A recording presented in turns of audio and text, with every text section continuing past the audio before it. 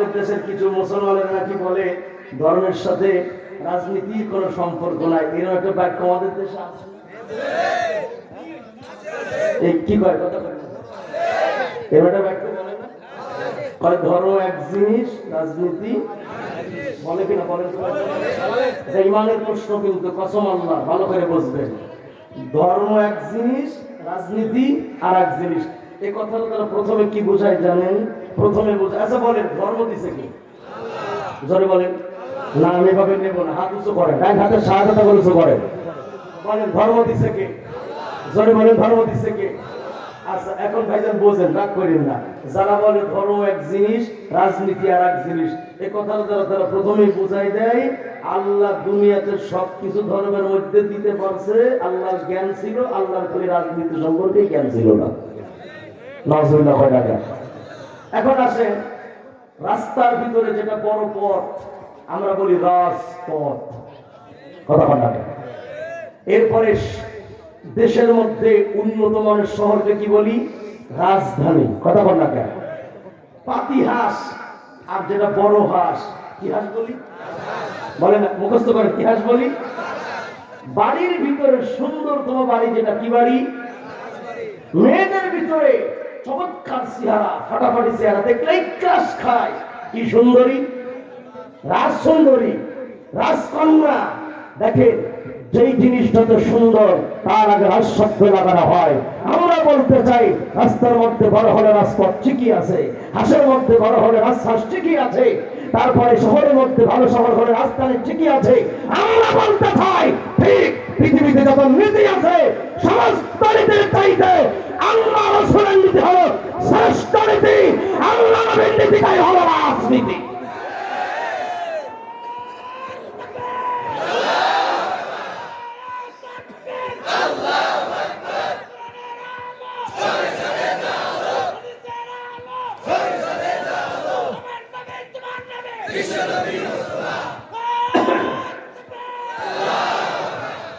রাত একটার পরে তকবীর দিচ্ছে যুবক ভাইরা, মাশাআল্লাহ, আল্লাহ যুবক ভাইদের ইসলামের জন্য কবুল করুন, বলে আমিন। আর জোরে বলে আমিন। তাহলে আল্লাহ রাসূলের নীতির নাম কি নীতি? জোরে বলেন কি নীতি? কেউ যদি বলে ধর্মের সাথে রাজনীতি নয়, সে বোঝায় দেয় আল্লাহর নীতি আমরা মানি না। আর আল্লাহর নীতি রাসূলের নীতি যারা না মানে, আল্লাহর সাথে সালাত পড়া হারাম। কথা কয় না যে কি পড়া হারাম? যে কোনো লোক মারা গেলে জানা যায় জানেন না, তারা রাজনীতির জীবন আল্লাহ রাসূলের নাম নাই, তাদের নামাজ নাই, তাদের কাছে কোরআন নাই, তারা বললে জানাজা যাবেন না, তারা বলে ধর্মের সাথে রাজনীতির সম্পর্ক নাই, তারা বললে জানাজা হারাম। দলিল সূরা তাওবার 80 এবং সূরা আল-বাকারা। সে দলিল কবর দিয়ে দেবে, কথা ঠিক কিনা চলে বলে, তবুও তো কোরআন শুনিয়ে যা, নাকি বলেন ভাই জান আমার? হ্যাঁ, জানাজা না দিলি ওর পরিবারের লোক জানে, সে আলোচনা আসবে। রাসূলও এটাই করেছেন, ওর ব্যাকগ্রাউন্ড দেখতেন, যদি দেখতেন যে লোকটা মুনাফিক নয় জানাজা পড়াতেন, যদি বল মুনাফিক হতো পরিবারের পর ছেড়ে দিতে হয়, কুইতে ফেলা না পানিতে ফেলা, যে যা করবি করবে, আর কাইতে কুইতে বাজারে মিশে ফেলা, কথা ঠিক কিনা সরে বলেন? হ্যাঁ এদিকে তাকান, কথাগুলো সত্য তো, অনেকের একটু হজম করতে কষ্ট হবে, কিন্তু কথাগুলি কার? আরে কথাগুলি কার? আল্লাহ পাকের। ফালা তুতিল মুকাজ্জিবিন, কথায় কথায় যারা মিথ্যা বলে আল্লাহ কয় তারা আনুগত্য করবে না। আর যারা আমার জমিনে ফিতনা করে, ফাসাদ করে, হাঙ্গামা দাঙ্গামা যারা করে, মুসলমান তাদের আনুগত্য করবে না, বরঞ্চ ওয়াকাতিলুহুম হাত্তা লা তাকুনা ফিতনা। আর মুসলমান আল্লাহ পাক বলেন যতদিন পর্যন্ত আমার জমিন থেকে ফিতনা দূর না হবে, ফিতনা দূর না হবে, আমি আল্লাহর আইন প্রতিষ্ঠা না হবে, অতদিন পর্যন্ত আমার জমিনে দিন কায়েমের জন্য লড়াই করা তোমাদের জন্য ফরজ করে দেওয়া হলো। কথা মোল্লার না আল্লাহ, বড় কথা কার? আর চোখ কান বুঝে থেকো না মুসলমান, একটু জাগ্রত হও। আমার জিহাদি ভাই বলে গেছে এই সুযোগে যদি কোরআন পার্লামেন্টে না নিতে পারে আর 100 বছর মার খাওয়া লাগবে। ঠিক না যারা বলেন? সত্যি বোঝে মুক্তি বোঝে থাকবা কত কাল, দেশটা আমাদের চুষে খাইলো আর এক সাদা বাজের দল।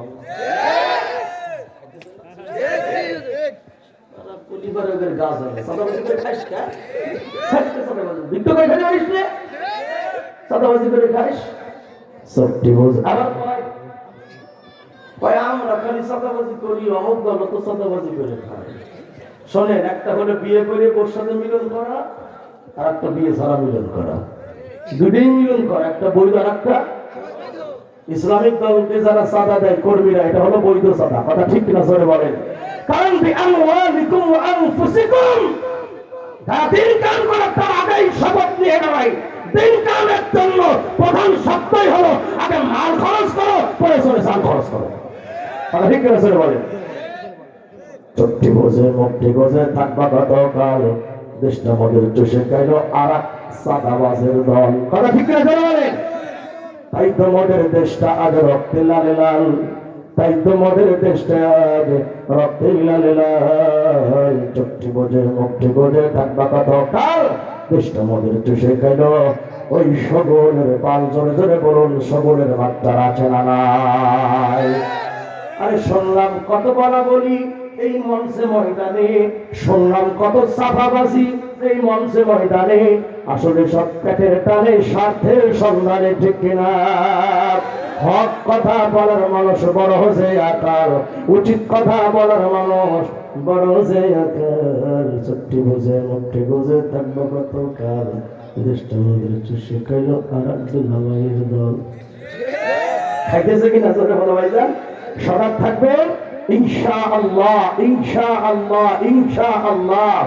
আল্লাহ পাক যদি আল্লাহর জমিনে দিন কায়েমের সুযোগ করে দেয়, আগামীতে কারো একটা টাকা সাদাবাজি হবে না, বাংলার একটা পয়সা বাংলাদেশের বাইরেও যাবে না। ইনশাআল্লাহ বলেন। এবার আসেন আল্লাহর কোরআনকে বলে দুটি আয়াত কান খাড়া করেন। আয়াত কার বলেন? আয়াত কার? সূরা সাবার 31 নম্বর আয়াত আল্লাহ পাক কি বলে? কান খাড়া করেন। وقال الذين كفروا لن نؤمن بهذا القرآن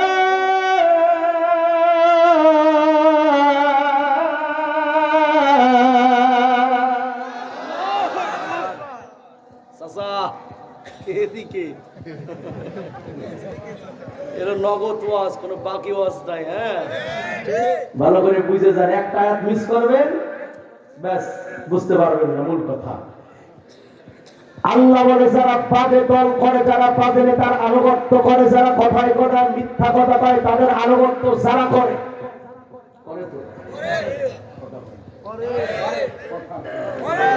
করে তো কেন করে? ভাই মান ছাড়ে।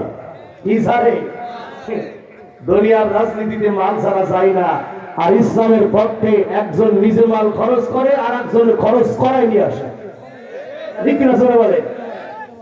এই তরুণ তোমাকার আল্লাহর কোরআনকে বলে শোনে নাও। وقال الذين كفروا لن نؤمن بهذا القرآن, আল্লাহ কয় কাফেররা বলে আমরা কোরআনে বিশ্বাসী নই। কিসে বিশ্বাসী না? কোরআনের মধ্যে শরীয়তের বিধান আছে 500। বলেন, কথা বলেন, কয়টা? কথা বলতে হবে, কয়টা? কেউ যদি বলে কোরআন মানি না তার মানে শরীয়ত মানি না, আর কেউ যদি বলে শরীয়ত মানি না তার মানে কোরআন মানি না। কি কথা বলা কেন? আল্লাহ বলেন কাফেররা বলে আমরা কোরআনে বিশ্বাসী নই। ওয়ালা বিল্লাযী বাইনা ইয়াদাই, ওরা আরো আমরা পূর্বের কিতাবও মানি না, কোরআনও মানি না, আগের কিতাবও মানি না। ওয়ালা তাইযিল যালিমুনা মাওকুফুনা ইনদা রাব্বিহিম। সূরা আল্লাহু আকবার। ভাইরা হাতে পায়ে ধরে বলি অস্ত্রে মিলাই নিয়ে যাবেন। আল্লাহ পাক বলেন এই জালিমেরা, কোন জালিমেরা? এই জালিম মানে কোন জালিম? এই জালিম রাসূলের নাম দিয়ে না মাঝে মাঝে আল্লাহ কয় এই জালিম কারা? আল্লাহ কয় যারা বলে শরীয়ত মানি না, কোরআন মানি না, ওরা হলো জালিম। ওরা কি বলে? আল্লাহ কয় মাওকুফুন ইনদা রাব্বিহিম, এই জালিমেরা যেদিন আমি আল্লাহর সামনে দাঁড়াবে, কোন দিন দাঁড়াবে? ইয়াউমা ইয়াকুমুন নাসু লিরাব্বিল আলামিন, এই জালিমেরা কিয়ামতের দিন আল্লাহর সামনে দাঁড়াবে। তাফসীর ইবনে কাসির আসছে ওরা জাহান্নামের কিনারায় গিয়ে দাঁড়াবে, জাহান্নামের কাছাকাছি দাঁড়াবে। ইন্না জাহান্নামা কানাত মিরসাদা,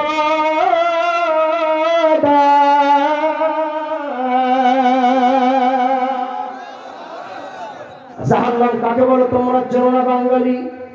আল্লাহ পাক বলেন জাহান্নাম ওট পেতে আছে, জাহান্নাম ভিতরে জাহান্নামের ক্ষুধা আছে, জাহান্নাম তার খাদ্য চায়। কে যাবে জাহান্নামে?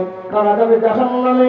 লিত্তাকিনা মাআবা, আল্লাহ কয় আমার কোরআন মানে নাই যারা, শরীয়ত মানে নাই যারা, সীমা লঙ্ঘন যারা, এই সীমা লঙ্ঘনকারীরাই যাবে জাহান্নামে।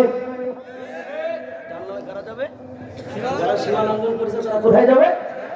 আল্লাহ কয় এই জালিমরা যখন জাহান্নামের কিনারায় দাঁড়াবে, হাদিসের ব্যাখ্যা হলো দুনিয়ার আগুন যদি কারো গায়ে লাগে, চামড়া পুড়ে গেলে মানুষ মারা যায়, কিন্তু নবীজি বলেন জাহান্নামের আগুন গায়ে লাগবে, শরীরের চামড়া আল্লাহ পাক 70 গজ মোটা বানাবেন। এক এক গজের মধ্যে আগুন প্রবেশ করবে, জাহান্নামীর কলিজায় আগুন লাগবে, কলিজা পুড়ে ধোঁয়া বের হবে, গন্ধ বের হবে, জাহান্নামী নিজে তার নাকে জাহান্নামীর কলিজা পোড়া গন্ধ পাবে। আল্লাহ কয় কিন্তু জাহান্নাম এমন জায়গা, ওখানে মরেও না, ওখানে বাঁচেও না। কথা ঠিক কিনা? ওই জাহান্নামের উত্তপ্ত আগুনের ধোঁয়াগুলি জাহান্নামীদের গায়ে লাগবে হাসরের মাঠে। আল্লাহ কয় ওই সময় জাহান্নামীরা ইয়ারজিউ বাযুহুম ইলা বাযিল কওল, এই দুনিয়ার রাজনীতি আপনারে বাঁচাতে পারবে না, নেতারা বাঁচাবে না। আল্লাহ কি বলে শুনে যান না। এই চলো না ভাই, এই আমি বললাম না আপনাকে চলে যেতে, ভিতরে থাকেন না। আপনি বাহির অসংখ্য মানুষ আছে, যারা যেখানকার মাল আপনি সেখানে যান, এখানে চা খাওয়ার জন্য কেউ বসে আছে না। আমার অনেকগুলো আয়াত